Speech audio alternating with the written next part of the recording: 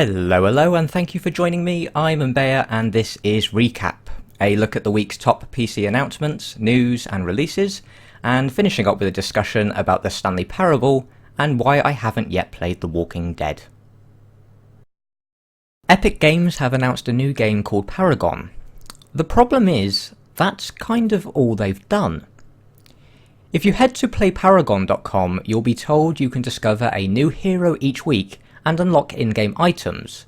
And continuing in, you can currently take a peek at the first of 5 heroes known as Twin Blast and choose one of 4 items, resulting in an early unlock should you sign up. All of the heroes will be revealed over the next month, and you can apply to join the beta test. A beta test for a game that you know nothing about, other than it has 5 characters in it. The potential unlocks give a bit of insight, granting such bonuses as additional damage against shielded targets and critical strike bonuses on successive hits, and the first character is very clearly carrying 2 guns with his cybernetic arms, so it seems evident you'll be shooting stuff. We just don't know who, or what, or even how. Whether it's first person or third person, or something else entirely. A curious way to announce a game with no indications on what sort of game it is or when it'll arrive. But that's Paragon. Apparently. Blizzard have announced that their hero-based first-person shooter Overwatch will release on or before the 21st of June, and surprising many, will not be free to play. The game is available to pre-order now through Battle.net at a fair £29.99 or £44.99 as the Origins edition, which includes some hero skins and goodies for other Blizzard games. I was kind of hoping the pre-order came with early beta access, but that doesn't seem to be the case, and there is mention of optional real money purchases available at the bottom of the pre-order page, meaning the game could feature microtransactions when it launches, though no information has been given as to what they could be, except for the likely possibility of different skins. While quite the wait, it's expected that Blizzard will be opening the beta to more players in the coming months, with the possibility of an open beta further down the line. There are concerns that people will have had their fill of the game before it even releases, however, as people are already streaming and creating video content about the game. Blizzard have their work cut out for them, keeping those that can't yet get hands-on with the game interested up until release. Rainbow Six Siege is launching on the 1st of December at what seems like a rather high price of £49.99, considering the game focuses on multiplayer and only has a terrorist hunt mode for single players rather than a somewhat expected single player campaign given the price of entry. However, Ubisoft have announced they'll be supporting the game for a long time after launch, with a new map, 2 new operators, and a variety of game modes, weapons and cosmetics being released every 3 months starting in January. Hooray, you might be thinking, not only am I expected to buy the game at 50 quid, but then a steady stream of paid DLC to buy will be released too. How lucky I am. But don't strike the game off your wishlist just yet. In an interesting move, all additional maps and game modes will be available for free to all players the moment they're released. That's not all. Those fancy new operators will be purchasable using the in-game currency known as Renown, to which Ubisoft are claiming players that play the game regularly will likely be able to unlock the operators for free when they're available. You'll even be able to buy some of the cosmetic weapon skins with your hard-earned Renown, so in fact, the only things you can't get by playing the game are some top-tier weapon skins. At a time when games are fragmenting their community with map packs and locking away content behind paywalls, I find it incredibly refreshing that Ubisoft have taken this stance. It might not be quite as great as the good old days, but for a AAA title to offer this now is an excellent move and one I hope more developers will adopt. Treyarch have announced plans to allow modding for Call of Duty Black Ops 3 on the PC, though I get the impression it could still be somewhat limited. They're targeting a closed alpha date of March 2016 for some tools that allow users to create maps and game modes and allow people to host dedicated servers that contain modded content. It does seem a little odd to me that they'd even attempt this for the latest iteration of Call of Duty rather than waiting for the next game, as I imagine when or if it becomes available to the wider public, that a lot of users will have drifted from the game entirely. That being said, it's obvious developers are looking into allowing mods and more user content on consoles, so this could be an attempt to test the waters and make sure things are smoothed out to fully implement in future releases.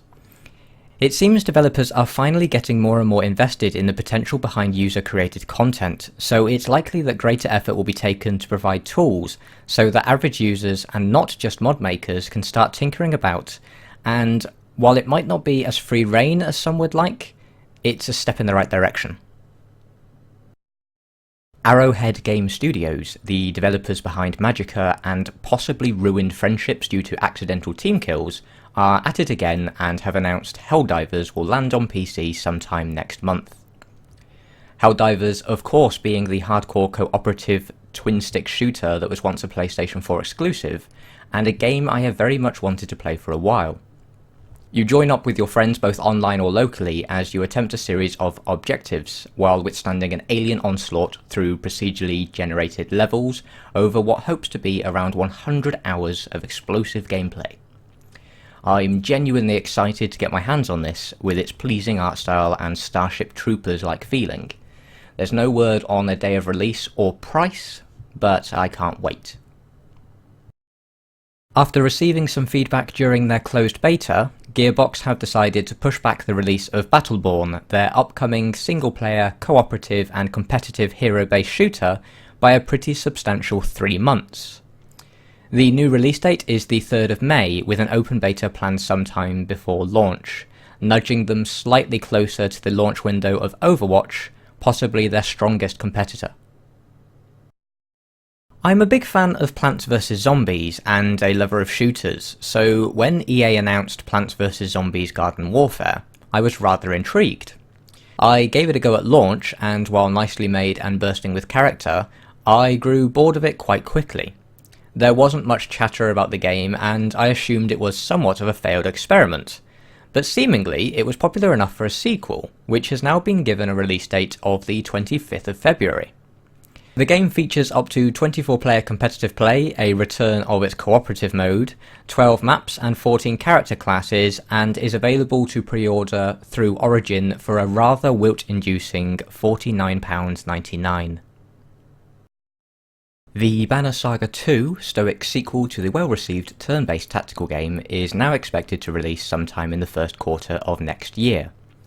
The sequel does carry on the story from the first game, where it will take into consideration the choices you made, so if you've yet to finish the game, you've now got additional time to plan your caravan's survival and prepare to continue your journey. Rust, the still in development, survivally crafty, griefy game, has been updated with the introduction of an item store accessible through Steam. Rust already allowed players to sell in-game items through the marketplace, and this new item store doesn't do away with that. But much like the ability to buy items in Team Fortress 2 directly from Valve, complements the system by instead providing a steady source of stock at a stable price, while still allowing users to undercut and sell items that they received in-game to other players directly. Best of all, content creators themselves will receive a cut from any sales made through the new item store.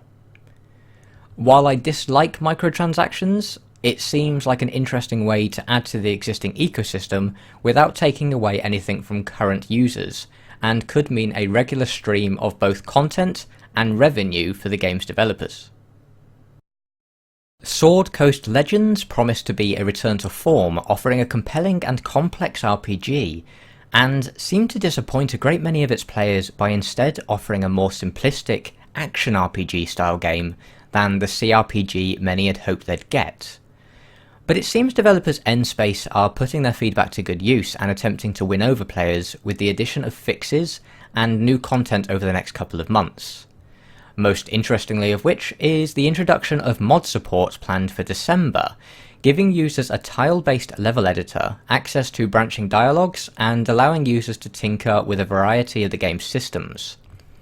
While this is unlikely to change the foundation of the game, modders have always done amazing things when given the tools to do so, and these additions could very well lead to some decent user creations next year and beyond. inXiles announced through a Kickstarter update that they now have a new project manager for Torment Tides of Numenera, and have assured backers the project is coming along nicely and is expected to release sometime in 2016. Details are sparse, and switching up the project lead has given backers a cause for concern, but there is still plenty of time for the game to realise its vision, and inXile do have some experience in releasing a crowdfunded game with their well-received Wasteland 2 that came out earlier in the year. While not strictly PC news, Activision, one of the biggest game publishers in the industry, have acquired the mobile firm King.com, most famous for Candy Crush Saga, for around £3.8 billion. While it could be the first steps in ushering in the apocalypse by merging together two giant houses of evil, it most likely means Activision are looking to become a force in mobile games development. It seems like an awful lot of money to spend on a company accused of releasing copycat games that nickel and dime their players and threaten legal action against Stoic for their correct use of the word saga in their game The Banner Saga, around the time they successfully trademarked the word candy for use in video games.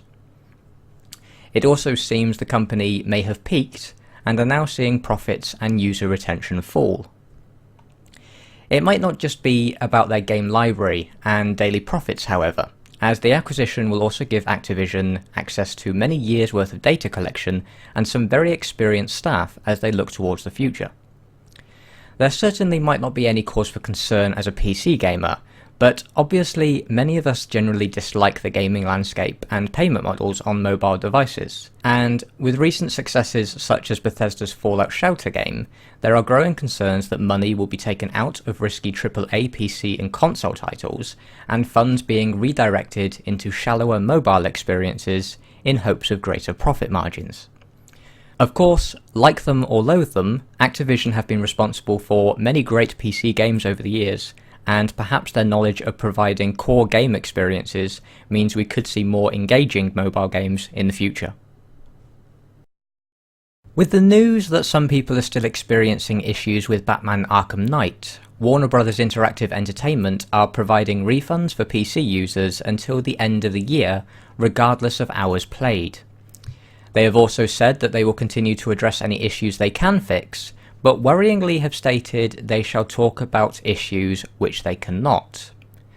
Hopefully any issues they can't repair will be an annoyance rather than resulting in people that can't play the game, but it's worth noting that if you buy the game in the new year, usual refund procedures will apply.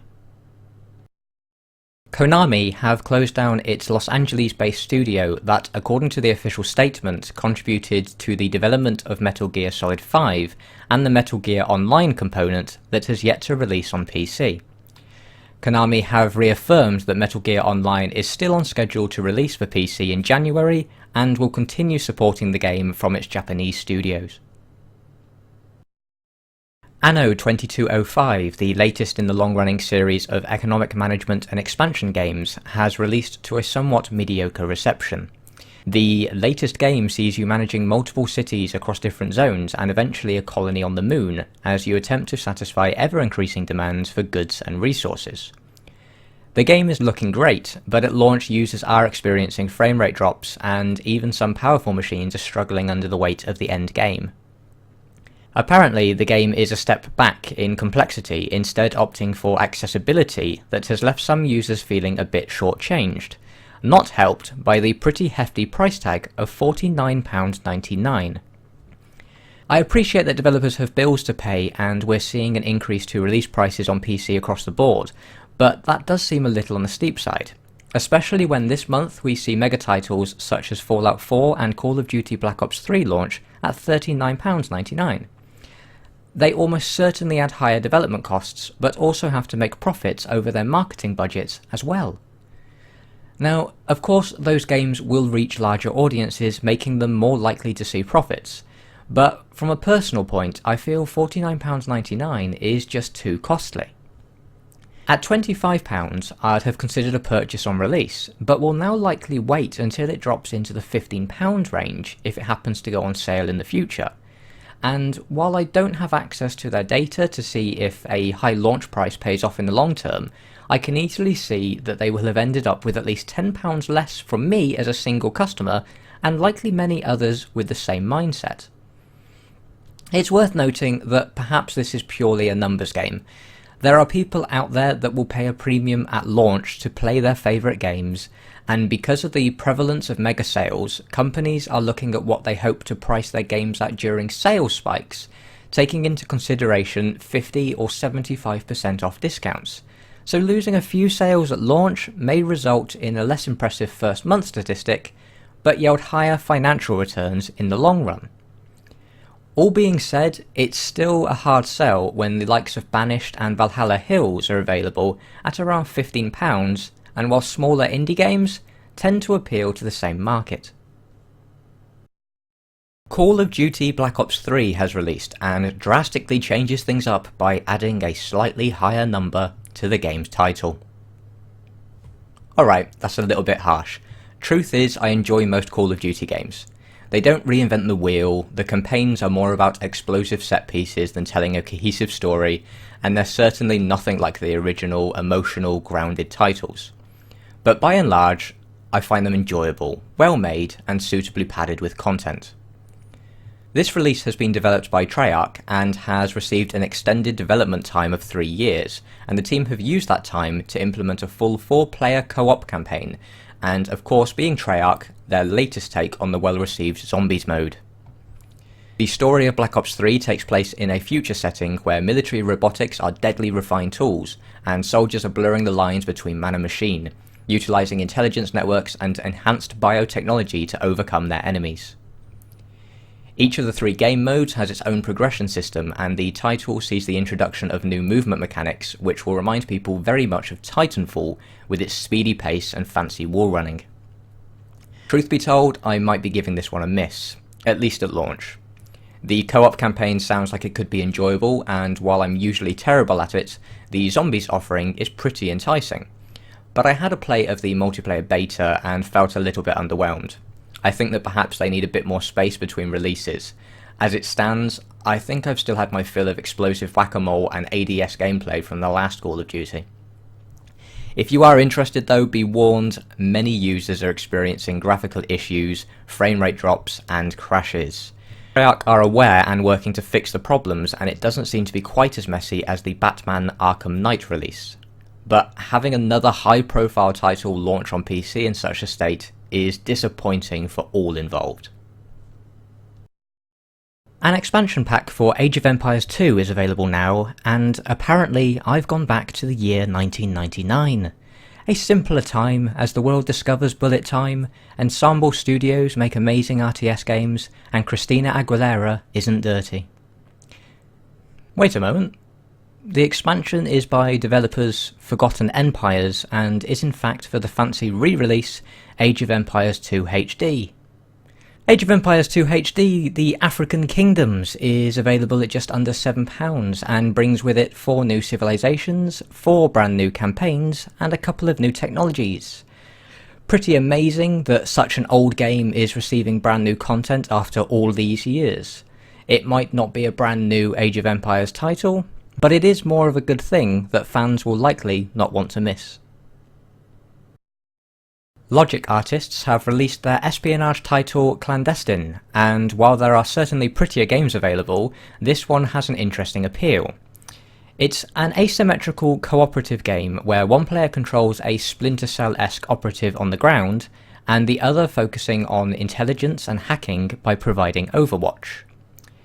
Clandestine claims to be a story-driven hardcore stealth game that takes into consideration the performance of you and your partner, where leaving behind evidence of your involvement can affect the story. As the spy, the player will find themselves playing a third-person game utilising stealth, hand-to-hand combat, and an assortment of weapons and gadgets. As the hacker, you'll be juggling a camera feed showing the world through a camera located on the spy or nearby CCTV, a console showing objectives and mission-critical information, a network view challenging you to avoid detection by an AI defense while manipulating the spy's environment, and a tactical map to help provide assistance and overwatch for your partner. I'm a huge fan of asymmetrical gameplay, and it looks like an interesting title. And even if you don't have a friend to play co-op with, it's apparently still playable solo, though I imagine it loses some of its appeal. The game does look a bit clunky and is priced at £19.99, but it is available for £15.99 on Steam until the 12th of November with its launch discount, and might be worth checking out if you're looking for a new co-op or stealth game. The cleverly named CONFLICKS Revolutionary Space Battles from Artifice Studios has hatched from early access and offers up a light-hearted space-based RTS that looks somewhat like Interstellar Shuffleboard that's been overrun with chickens. Using a physics-based control scheme, you'll be flicking and flinging your ships into range of enemy ships or slamming directly into them for an explosive conclusion. Featuring 4 different factions, including the clearly superior Greater Britain, the game offers a single-player campaign and competitive multiplayer, and is available on Steam now with a launch discount at £8.24. The minimalistic and lovely looking strategy game Mini Metro has released on Steam for just under £7, and tasks players with managing a series of subways around the world by connecting an ever-expanding amount of stations together, allowing commuters to travel quickly and efficiently until you are quite simply overwhelmed. I've yet to play, but it looks like the game has distilled down a travel simulation into a simplistic looking but deep puzzle game. Mini Metro provides players with a number of maps that each have their own challenges to overcome, and the city's growth is random, ensuring replayability. There are a few game modes, starting with Normal, where you can redesign your subway layout as you play, Extreme, where tracks are permanent, and Endless for when you want to soak up the calming visuals and go at your own pace. If you're not completely sold, there is a demo available online at dinopoloclub.com/Mini Metro. The well-known and much-loved shmup developer Cave have released their insect-infested bullet hell, MUSHIHIMESAMA, on Steam, available at £11.24, with its 25% launch discount that applies until the 12th of November. I will not be playing this game, as I am terrible at bullet hell games. It amazes me that people get as good as they are at them. But I felt it a disservice not at least mentioning the game's release, as the developers are held in very high regard, and fans of the genre seem to be enjoying the game a great deal. There is even a chance I could play it and not die instantly, as the game features a training mode and a novice mode that has been tuned for new players. The game seems colourful and easy to read, and the soundtrack takes me right back to the arcades as a youngster. If you're a fan of the genre, and you'd like to see more shoot 'em ups come to the PC and Steam, it might be a title worth supporting.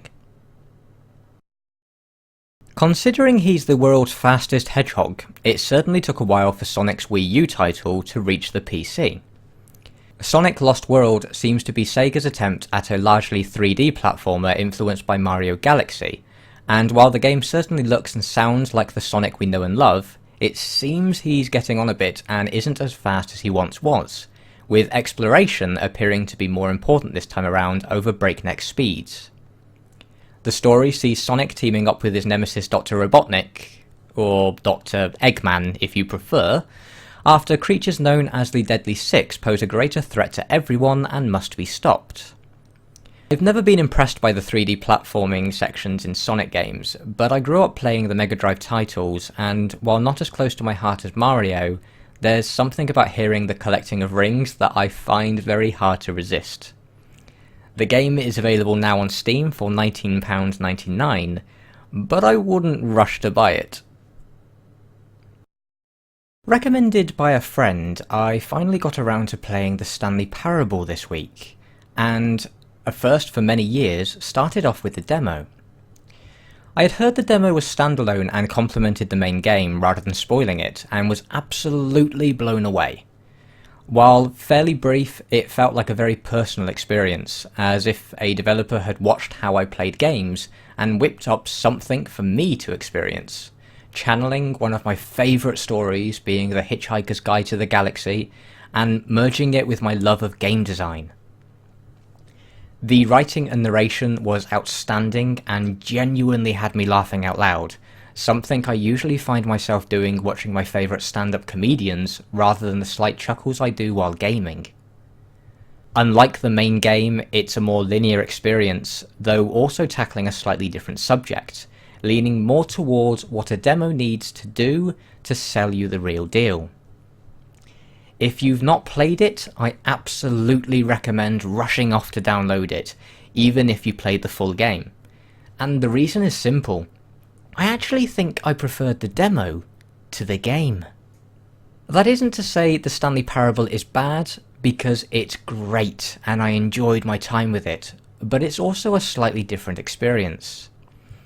It's a tough game to talk about, but at its core I'd say it provides a game full of insight as it deconstructs and presents game elements such as story, choice, level design, immersion, and a healthy dose of reality. Strange, scary reality that might not be real, creating instead unreality that feels real. Becoming real because of that, and leaving you questioning if your reality is real or as virtual as the reality that's been created for you. If that rambling didn't immediately scare you away and perhaps intrigued you, then the Stanley Parable might be a game you'd enjoy. While you're not the only person in the world of the Stanley Parable, you're not exactly alone, as you're kept company by an ever-present narrator. He who is in fact telling you the story you're experiencing. What you do with that knowledge becoming the essence of gameplay for the next couple of hours as you listen, explore and choose your every move. It's all very fascinating, as you'll undoubtedly try to game the story, only to realise that is exactly what is expected. Branching the game off into mini episodes and potentially putting you at odds with your disembodied companion, and actually had me feeling a bit bad at one point. While the game didn't have me holding my side in laughter, it did manage to squeeze out several chuckles and provide a lot of content for thought. And some personal standouts were the outstanding level design, thoughtful writing, and glorious narration. The only downside for me was that it didn't quite seem to hit the highs of the demo, and in places felt a bit forced, hammering home a design principle a little bit too hard. While you'll be retracing your steps, you'll find all is not as it once was, and if you're persistent, you'll experience stories, secrets, and multiple endings that don't simply exist for the sake of it, but provide thoughtful conclusions for you to reflect on. Now I've finished the game, however, it's left me feeling sorry for the narrator, who is now trapped, just as much as Stanley was, calling out into the void, waiting for someone to return. And return I may, in 5 years' time, because there's an achievement for that. 5 years of solitude, and it's my fault. I'm a monster. I've owned Telltale's The Walking Dead for a couple of years now and not got around to playing it, and thought to myself that given the time of year, it would be quite fitting to finally give it a go. So I've installed the game with every intention of starting a playthrough, and that is when I had a bit of a realisation. See, I know the game is highly story driven, where player choice matters and consequence has far-reaching ramifications. And with any game that offers choice, I find myself playing in a holier-than-thou style way, sacrificing anything for the greater good and being an all-out nice guy. However, that isn't how I want to play The Walking Dead. The world has gone to hell and the dead walk the earth. Survival is of the utmost importance. So I don't want to take unnecessary risks. I'm going to carry a secret stash of chocolate bars no one knows about, and I'm not going to put some poor guy out of his misery with a bullet. I might need that bullet. The problem is, my brain won't let me enjoy the game that way. I know the second I make a selfish decision, I'll be thinking to myself, I shouldn't have done that. What was I thinking? And it'll play on my mind until I finally give in and restart the game, making a choice I would be happy with. I've done it in the past, and I know this is the case. I wanted to be a brute in Fallout 3, but I couldn't go through with it until I first became the saviour of the wasteland. I've played Mass Effect several times, and of course started out the game as many people, the goody two-shoes captain out to save the universe. And it was great, amazing even, one of my favourite game series of all time. The second playthrough, I was determined to be evil and exploit the position I was in, and because I had already thwarted the Reapers in a previous playthrough, I could do so and enjoy it. Eventually, I decided to play the game as an interstellar xenophobe. Throughout the entire playthrough, I'd do anything for the betterment of the human race, and I'd bend over backwards to help a human shipmate. But I'd not lend a finger to aid aliens. I'd be outright hostile to them, and use them for my own agenda. The experience was the best out of all of my playthroughs. While the game is often criticised for being good or bad, forcing this way of thinking elevated the game's story for me. I wasn't just being a jerk because of an achievement or a bar that slid ever increasingly into the red zone. I had purpose, and for the most part the game allowed it. Overall, it had a really positive effect on the game's narrative, and I think told a more interesting story. So, back to The Walking Dead, and bear with me here. I'm now left with the knowledge that I want to play the game in a way I think I will enjoy more, but something in me won't let me enjoy it until I play through the game once as a saint. At which time I won't want to play it again, even knowing it could be a better experience because I've just sat down for 8 hours and finished the game, playing it in a way I didn't really enjoy. At least not to its fullest potential. The worst thing about this is, in all the time I've been thinking about it and putting off playing, I could have possibly finished the game at least once anyway. I don't think I'm entirely alone in this, as games with good and bad choices have released data before showing the majority of users tend to opt for playing as a positive role in whatever world they're in. Unless it's multiplayer perhaps, where you can wave goodbye to civility and good intentions altogether. I even worry that because of this, game developers are spending a great deal of time making so much game content that a far smaller number of the community even see. So logically, there is reason to play outside of the norm, so that there is incentive for content producers to continue creating these fascinating and replayable worlds. But no, I'm not going to, am I? I'm going to be a good guy, because that's who I am. That's it for this episode of Recap. Thank you very much for your time. Farewell.